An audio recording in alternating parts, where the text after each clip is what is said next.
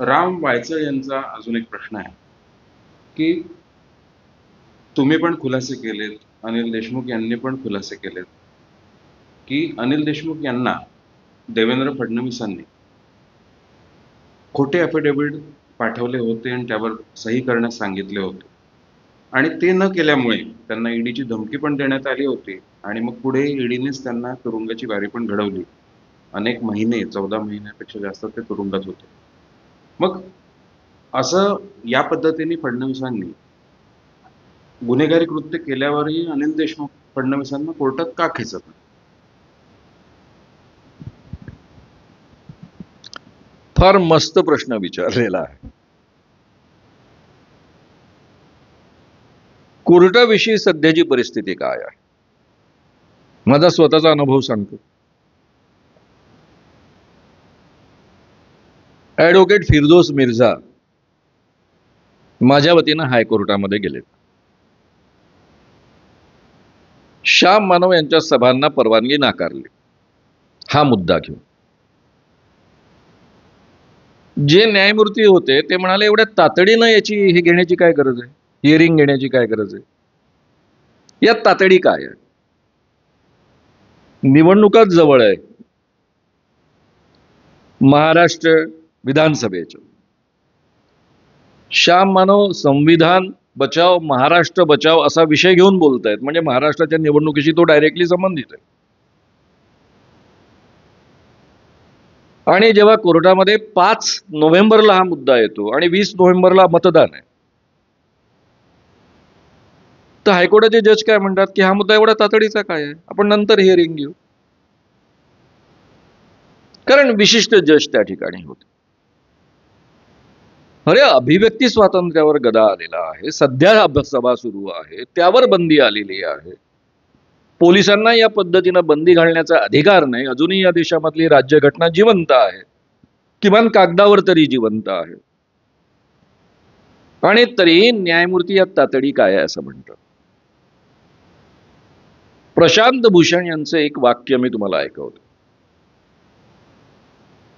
ते अत्यंत जबाबदार सुप्रीम कोर्टाचे वकील आहेत. त्यांनी जाहीर स्टेटमेंट केलेलं आहे, युट्यूबवर तुम्हाला ऐकायला पण मिळेल. ते असं म्हणाले की सगळ्या हायकोर्ट जजेस आणि सुप्रीम कोर्ट जजेसच्या डोजियर्स तयार आहे, म्हणजे फाईल्स रेडी आहेत.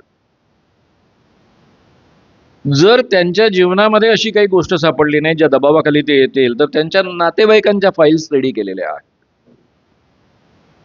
आणि मग मुलगा असेल, मुलीचा पती असेल, किंवा मुलगी असेल, किंवा मुलगा, मुलाची बायको, तिचा जवळचा नातेवाईक, असं कोणीतरी जवळच्या नात्यामधलं कुठे ना कुठे ईडीमध्ये अडकू शकेल.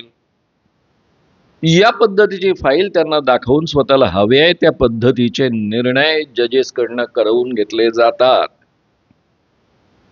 असं डायरेक्टली त्यांनी सांगितलं. महाराष्ट्राच्या एका पक्षाच्या प्रमुखांनी मला सांगितलं होतं, त्यांचा पक्ष फुटीच्या मार्गावर असताना ते म्हणाले, सर आता आम्ही वेगळ्याच चिंतेमध्ये आहोत की आमचं पक्षही जाणार आणि निवडणूक चिन्हही जाणार, पक्षाचं नावही जाणार. म्हणजे कारण आज देशामध्ये या लोकांचे डायरेक्ट जजेसला फोन जातात आणि असा निर्णय तुम्हाला द्यायचा आहे असं सांगितलं जातं. ही या देशामधली आज वस्तुस्थिती आहे. हे बोलताना फार वेदना होतात, फार वाईट वाटतं, पण ही वस्तुस्थिती आहे. आणि महाराष्ट्र राज्यामधलं असंवैधानिक इल्लीगल सरकार 2.5 वर्ष चाललं बिनबोभाटपणे. हे मी 2 वर्ष आधीपासून ओरडतोय की हे सरकार चालणार. कोर्टाचे निर्णय आधी येणारच नाहीत, आलेत तरी असे येतील की सरकार बिनबोभाट चालेल. अशा अवस्थेमध्ये अनिल देशमुख असेल किंवा कोणी असेल कोर्टात कसं जाईल? कोर्टाबद्दल ही शाश्वती पाहिजे ना. काहीही पुरावा नसताना 14 महिने त्यांना जमानत मिळायला लागली.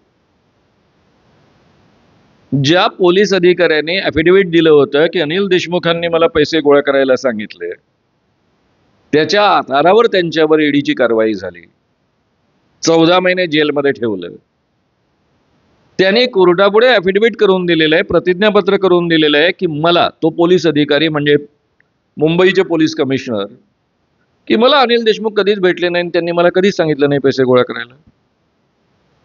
ज्या इन्स्पेक्टरचं नाव घेतलं त्यांनी, त्या इन्स्पेक्टरने स्वतः ॲफिडेव्हिट करून दिलं की मला अनिल देशमुखांची कधीच भेट मिळाली नाही, त्यांची माझी कधीच भेट झाली नाही, त्यांनी मला कधीच पैसे गोळा करायला सांगितलं नाही. म्हणजे मुळात खोटं ॲफिडेव्हिट तयार करायचं, त्याच्या आधारावर ईडीच्या कारवाईचा धाक घालायचा, मग 4 ॲफिडेव्हिट पाठवायचे, म्हणजे ॲफिडेव्हिटचा मसुदा पाठवायचा. आता मसुदा टाईप केलेला आहे. देवेंद्र फडणवीस अनिल देशमुखांशी कसे बोललेत? बोलण्याची पद्धती काय? एक माणूस पाठवला, मोबाईल त्याचा, त्यावर देवेंद्र फडणवीस बोलतायत. म्हणजे देवेंद्र फडणवीसांचा आणि त्या नंबरचा काही संबंधच येणार नाही याची आधीच काळजी घेतलेली आहे. सगळी पोलीस यंत्रणा यांच्याकडे आहे, हेर खातं यांच्याकडे आहे. ते महाराष्ट्राचे गृहमंत्री होते त्यावेळेसची गोष्ट आहे. आणि तेव्हा त्यांना हा जो मसुदा तुम्हाला टाईप करून दिलेला आहे याच्या आधारावर ॲफिडेव्हिट तयार करून द्या. मग उद्धव ठाकरेंनी पैसे गोळा करायला सांगितले, आदित्य ठाकरेंनी दिशा सैलियनचा मर्डर करण्याचा प्रयत्न केला आणि तिला ढकलून देऊन तिचा खून केला. अनिल परबांचे अवैध धंदे आहेत. आणि अजितदादा पवार यांनी पार्थ त्यांचा मुलगा हजर असताना मटक्यावाल्यांकडनं आणि गुटकेवाल्यांकडनं पैसे गोळा करायला सांगितले. या पद्धतीचे ॲफिडेव्हिट लिहून द्या. आता हे 4ही गोष्टी घडलेल्या नाहीत, खोटे ॲफिडेव्हिट आहेत. म्हणून त्यांनी नाव घेऊन ही गोष्ट सांगितली आणि ते जाहीररित्या बोलत नव्हते. त्या काळामध्ये मी जाहीररित्या प्रत्येक भाषणामध्ये हे सांगायला लागलो आणि नागपूरच्या प्रेस कॉन्फरन्समध्ये सांगितल्यानंतर त्यांनी हे उचललं प्रकरण खूप प्रेसनी आणि मग तो महाराष्ट्रभर चर्चेचा विषय झाला. आता यामध्ये बदनामी कोणाची झालेली आहे? देवेंद्र फडणवीसांची बदनामी झाली ना. त्यांनी कोर्टात जायला पाहिजे ना, कारण देवेंद्र फडणवीसांचं नाव त्यांनी जाहीररित्या घेतलं आणि त्यांनी एकदा जाहीररित्या घेतल्यानंतर मीही वारंवार घेतलेलं आहे. देवेंद्र फडणवीस कोर्टामध्ये का जात नाही? की माझ्यावर खोटे आरोप केलेत म्हणून. जरी कोर्ट त्यांच्या बाजूने असलं, कदाचित निर्णय त्यांच्या बाजूने लागेल, पण कारण कोर्टच जर त्यांच्या बाजूने असेल तरी पॉसिबल आहे. पण मधल्या टप्प्यामध्ये जे मुद्दे चर्चेला येतील, जे पुरावे आणि देणे घेणे सगळे समोर येईल, त्यामध्ये आणखी देवेंद्र फडणवीस अधिक गळामध्ये उतरतील म्हणून ते जात नाही. आणि आता केवळ हा बोलण्यापर्यंत मुद्दा राहिलेला नाहीये. सरळ सरळ अनिल देशमुखांचं पुस्तक आलेलं आहे. आता मी ते तुम्हाला पुस्तकच दाखवतो. काय पुस्तक आहे त्यांचं? हे ते पुस्तक. त्यामध्ये ते चक्क म्हणतायत, आता तुम्हाला उलट दिसतंय त्यामुळे मी वाचून दाखवतो. Anil Deshmukh diary of a home minister, राजकीय षडयंत्र उलथवून टाकणाऱ्या गृहमंत्र्यांची आत्मकथा. ऑलरेडी हे पुस्तकच उपलब्ध झालेलं आहे. लिखित फॉर्ममध्ये, प्रिंट फॉर्ममध्ये ते प्रसिद्ध झालेलं आहे. त्यामध्ये पानोपानी त्यांना जे म्हणायचं आहे ते त्यांनी म्हटलेलं आहे. हे 4ही गोष्टींचा स्पष्ट उल्लेख केलेला आहे.